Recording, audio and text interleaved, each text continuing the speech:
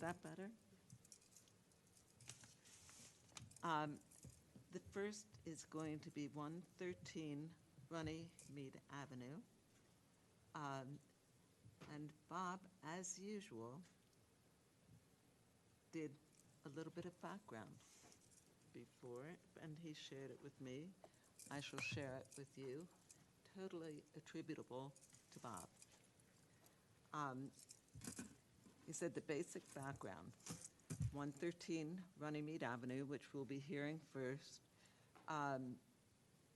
According to Radnor Historical Society Resource Survey, it was built around 1886 to 1889.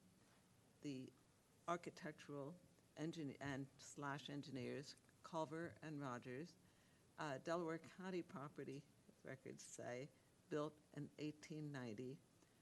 The building area, 2,928 square feet. Exterior walls, stucco. Style, I love this one, old. So with that, we start. And it's stucco from a historical perspective was used in the 18th century to cover rubble stone. And it was considered, when they cut English ashlar blocks. It was not considered a cheaper form, but the most expensive thing you could do, like icing a cake and, putting everything possible on it. Those days long gone. It was mostly used in the 1920s here. And I don't know if anybody's ever gone under the stucco in this house to see if originally it was frame, but that might well be the case because a lot of the best stucco work was done in the 1920s. In any event, and it more looks, interestingly enough, from the street like a 1920s design, not an 1890 design. But it also looks as though it's had changes in the past, and I don't know if you have been, seen that within the hallways, that things have been maybe shifted around a little bit and additions have been made. So with that, I would like to invite the architect for 113.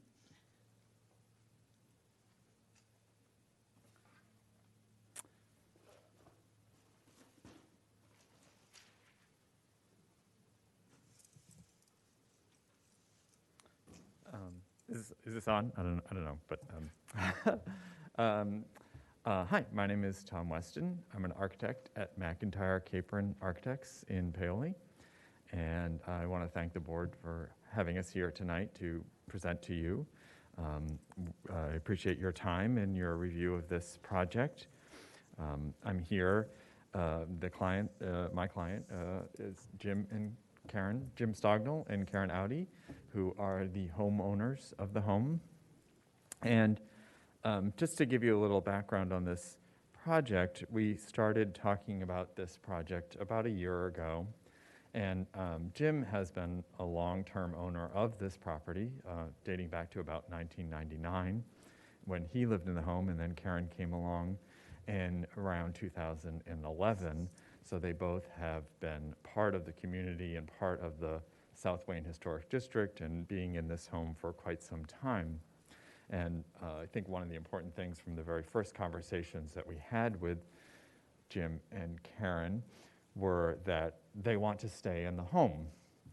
And obviously, one thing that has changed all of our lives and the way that we inhabit houses is COVID. And I think that really, in our early discussions, necessitated a revisiting of the way they live in the home and needing a lot more venues and a little more space to do things like recreation and also Zoom and also have hobbies and also enjoy more of the outside landscape in those areas. So I think that was a sort of genesis, and I always remember the very first meeting that we had with them, and speaking, both Jim and Karen really expressed how much they loved the home and the details of the home. So I think that's a little bit of the background, and I can, if it's, what's the best for you, I can tell you a little bit about the house and the history of the house and kind of where we started, but what's the best for you to know? Why don't you explain the pictures that you've included, Yes. the addition that you've included? Bob had a couple of observations, which Sure. I shall add after, but Okay. he said it looks, on the original 1892 map, he said it looks like there were no outbuildings. Correct. So, That would tie in with what I was thinking about additions along the way. yes. So basically, we are presenting a project that involves an addition renovation to the existing home, the main body of the house, and then there is a small garage that, written in concrete, dates to about 1934, which, given its look and size and scale, probably seems about right. It is currently a one-car garage. Well, it's a one-story garage, but actually kind of functions as a one-car garage because it is quite small. It's very utilitarian in look, a cinder block, and just presents sort of two garage doors toward the street. If I understood you to say 1934? 1934 is the, so Yes. this here would be the detached. There was not a whole lot of residential domestic architecture. I can assure you in 1933 and 34, there was, I mean, we were approaching the depths. Yes, absolutely. And usually when realtors tell me something that was built in the 1930s, I can almost always prove them wrong. That's why I was Right. questioning. Oh, yeah, absolutely. Well, according to what's written in the cement of the floor, 1934. So we do have, or at least maybe the floor was poured then. The mason signed his work, that's the best we got. Yeah. But, you know, it certainly, it does seem like an early automobile-type garage. So you mentioned the photographs, so I think I'll go to them. So this here is 113 Runnymede. It presents a stucco to the world in base evidence of walking around the foundation. It does exhibit that originally the house was clad in horizontal clapboard siding. That we don't have photographic evidence of that, but there is a pebble dash, which I totally agree with Terry's assessment. It does seem, it's a pebble dash stucco application that probably was put on to make it look much more arts and crafts. But, you know, that's a educated guess, not a, we don't have, you know, proof of when the stucco was added. There was also evidence that, you know, there have been alterations to the house over time. In particular, as you look at the back of the house, it's a little hard to see here, but there was sort of a main square body of the house, and then the kitchen and a bedroom over the back of the house was clearly added, probably fairly on when the house, early on when the house was done. And then finally, there was a porch here added on by Jim and Karen in around 2012. And at that time, they did further maybe upgrade there was a small one-story enclosed porch here that they, at that time, turned into more habitable space and more air-conditioned space for their home. This just kind of gives you a streetscape here, and then you can kind of see the picture from the front street of what the current 1934 or so garage looks like. Any questions? I have a question on you.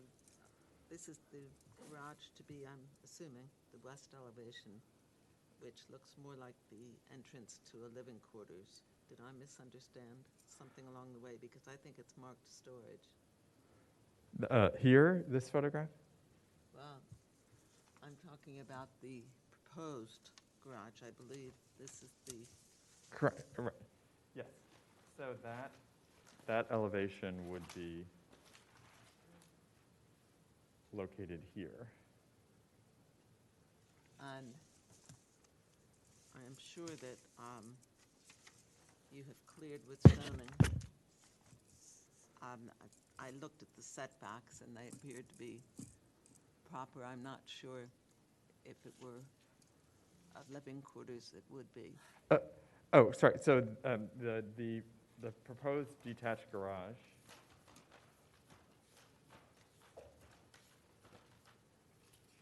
is for automobiles and then storage and some, accessory craft kind of space. It's really not,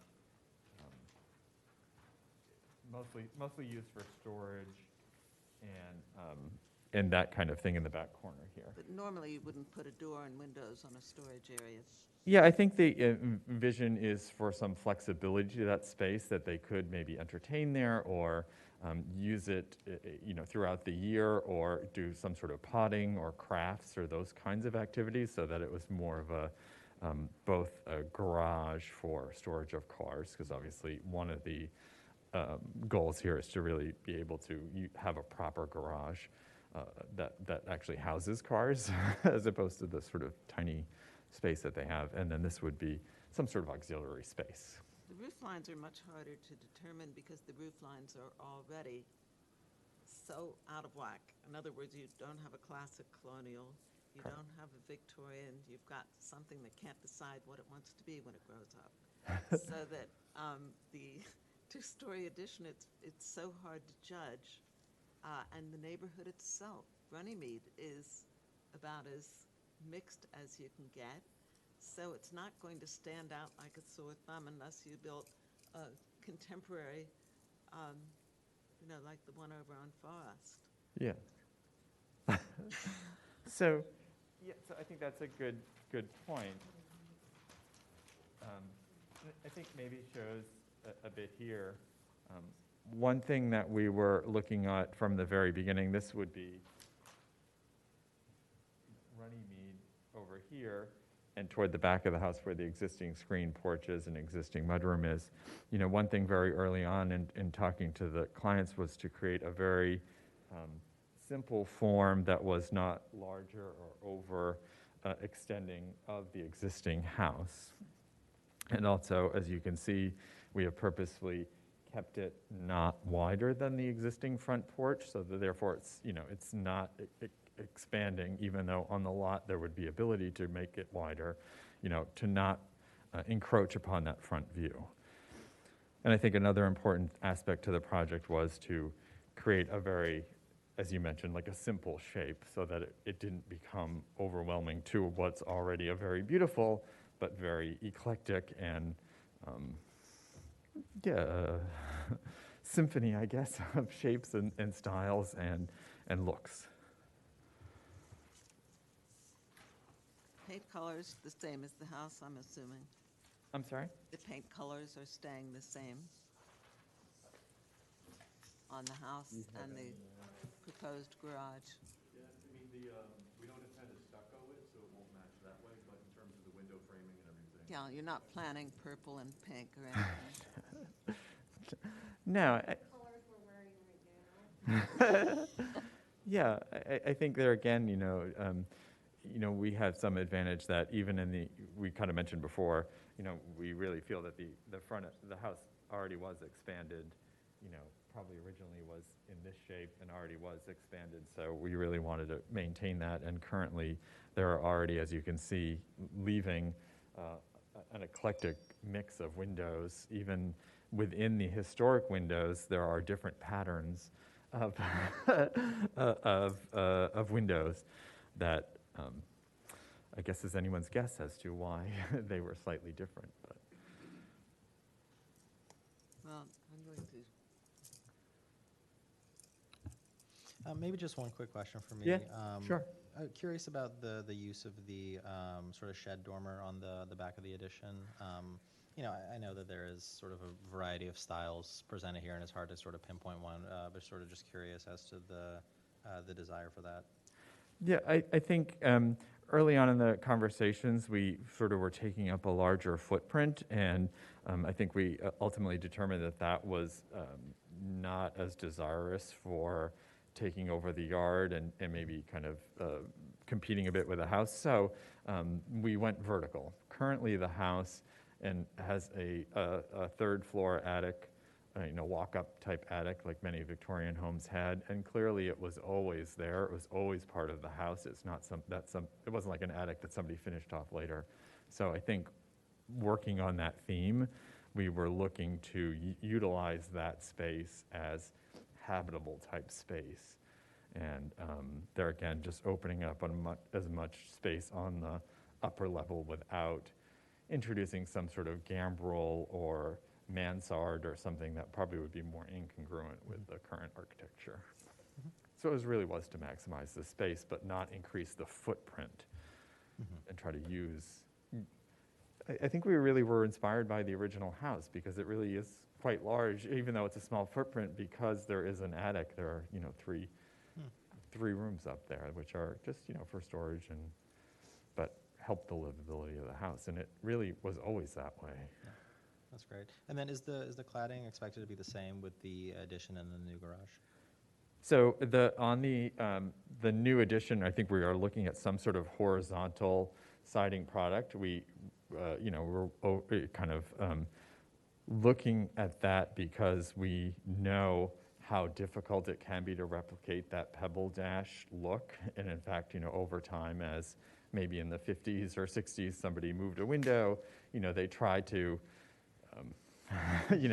do the best they can, but as you know, that pebble dash is really very difficult. So we purposely chose not to try to replicate it and just go with the siding. So I think that's the idea there.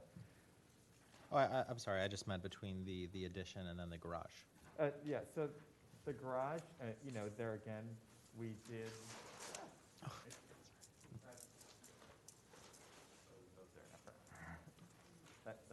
That concludes my magic show. On the garage, I think we were looking to perhaps introduce something that is a little different than the house. The current garage really does not have a style per se.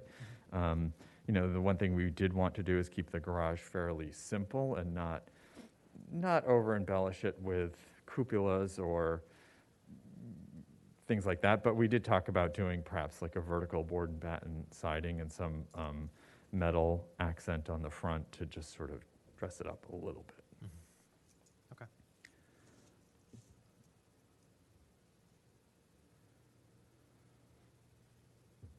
You have more questions? I do not. And Dave? Would you like to propose a certificate of appropriateness? Sure.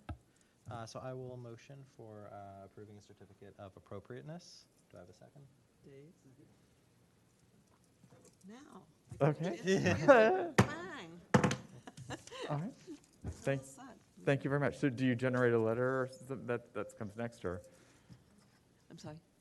So there will be a letter or something I'm sorry, I don't, it gets generated next for the next process of this? You've got it. Okay, great, thank you. Is concerned.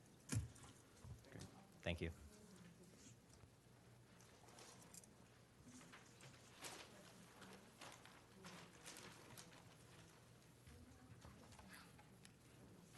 Thank you very much.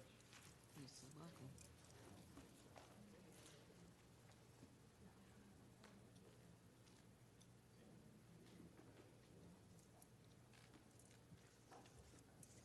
I'll say one thing about 311 Oak Lane. This again has come from Bob, and that is according to an 1892 map of the property.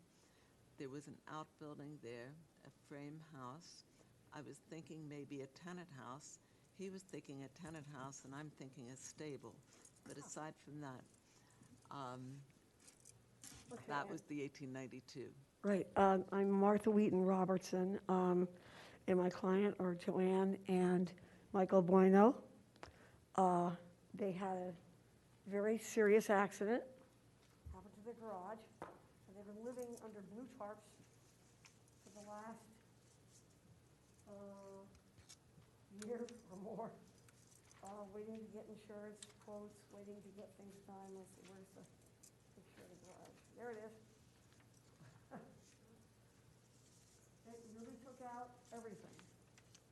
Maybe move that, please.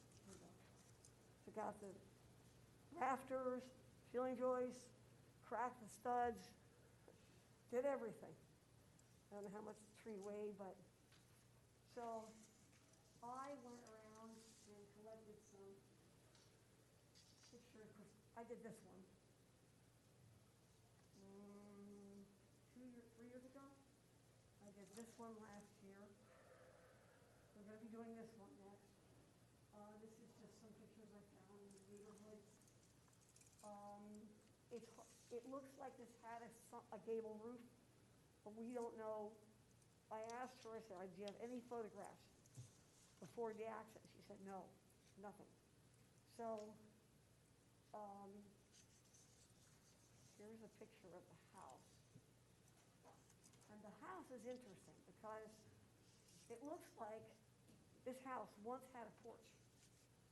And we were trying to find a picture of what that porch might have looked like, but we can't. And it's gone now, but there's all this stone masonry, that there could have been a porch here and the stone supporting the post. But they don't have a picture of it. Now, in terms of a garage, they have, it's a high water table there.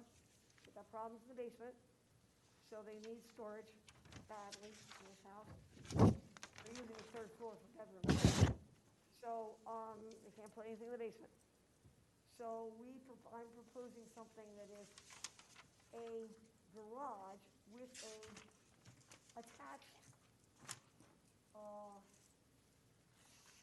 storage shed, to make it look like it's,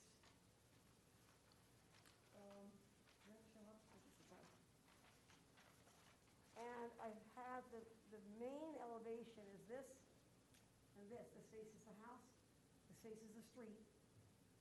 Now, this is set back from this. I chose a gambrel roof because the main house has a gambrel roof. The whole thing is gambrel. And there's just some peaks, some reverse gables set in there. So I thought, well, I'm going to make use of vertical space in here. I got my 20-foot, requirement there. The back part of it is the storage space, which is set back from the wall of the doors. And this has some interesting doors, which it could have been a barn, something like that. Dormers, there's that dormer on the back side of the house. But I don't have any good pictures of it because there's trees everywhere. So I'm kind of, but I did do a sketch that shows perspective-wise what this would look like in conjunction with the house. Here's that gigantic pine they have. This faces the street. Okay, that faces the house. And here's their existing driveway area. And then this is the storage area slightly behind this.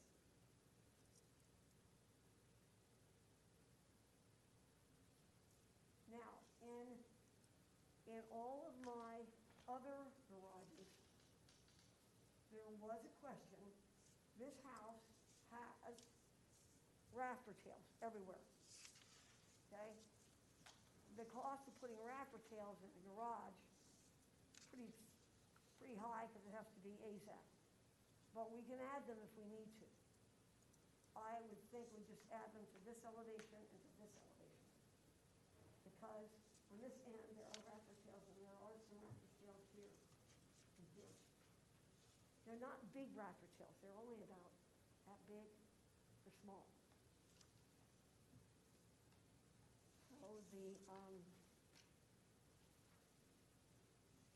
So I wanted to mix roof lines so it didn't look like a box, and try to mirror some of the roof lines of the house.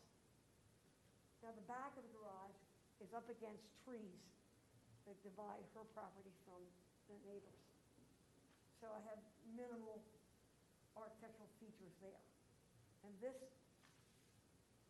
is the rear of that, and that faces her neighbor up against the fence. I'm using the clapboard siding, which there is clapboard siding on this house. There's also shake siding.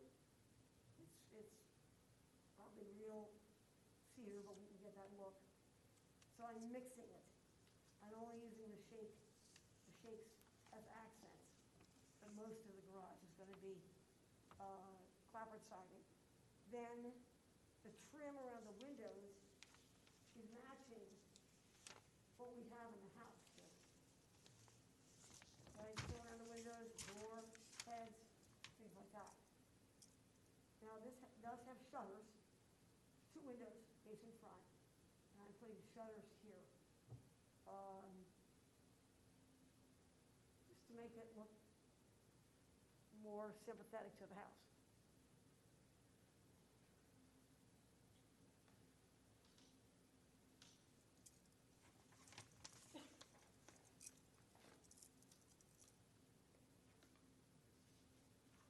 I should have done the math ahead, but what is the total square footage difference? Okay, the original garage, which we are building up from the existing foundation and trying to use 2 of the walls if we can, and using the existing slab. So we're adding only 480 square foot of this storage area. This is 24, 6 by 23, 4, something like that. Yeah, 23, 4, front to back, 24, 6, side to side. That's the existing stone foundation. We have a little pine stair going up so they can carry boxes up top. This is going to be concrete, that's already existing slab. And we're adding this new equipment storage. So they can put all their stuff in there. So they don't have to have all these sheds in the backyard, you know, 1 shed for this and 1 shed for that. We're trying to make it, trying to tidy things up a little bit. There is currently a tree house here. It's kind of run down. We're going to be removing that. What kind of tree was it? The tree that fell was an oak tree. It was the neighbor's oak tree. Oh, I understood that. We had to spend $5,500, $6,500 to have an ash tree taken down. As So this was about 80. thankfully, before it fell on the neighbor's garage. It was, I've never. Expensive, I mean, it yeah. pretty much sliced the garage in half, The unfortunately. the dwelling you're proposing is substantially larger. Actually, now this part, the roof line is a little higher than it was. This part is, yes, that is an addition. But the garage is almost the same size. It is the same size as the one that was destroyed. So the good news is that for the area, Victorians loved dissonance. I mean, they loved different roof lines. They weren't as straight and narrow and I know. even as the colonial period. We're not trying to match the colonial period. Right. In fact, the neighbors became extraordinarily upset when a colonial was built, a new construction on a corner lot, Oh, yeah. Uh-huh. and never failed to make the people feel terrible. Right. Well, I tried to Having really said that, try to incorporate as much of the vernacular of the house in the garage, so it looked like it was always there. well, that, I know we had a member, thank heavens she's not here, because she would have had you even up all the windows and, you know, her time has, you know, she filled her term. Okay. She was very good and very conscientious, but she was really hell-bent on colonial and even windows. Oh, no. This is not that's a colonial typical even for these- window neighborhood. Right, And this is that's not what typical. we're preserving in the town of Wayne. Right. So we are now in many of the colonials, but for that particular neighborhood, I know it well,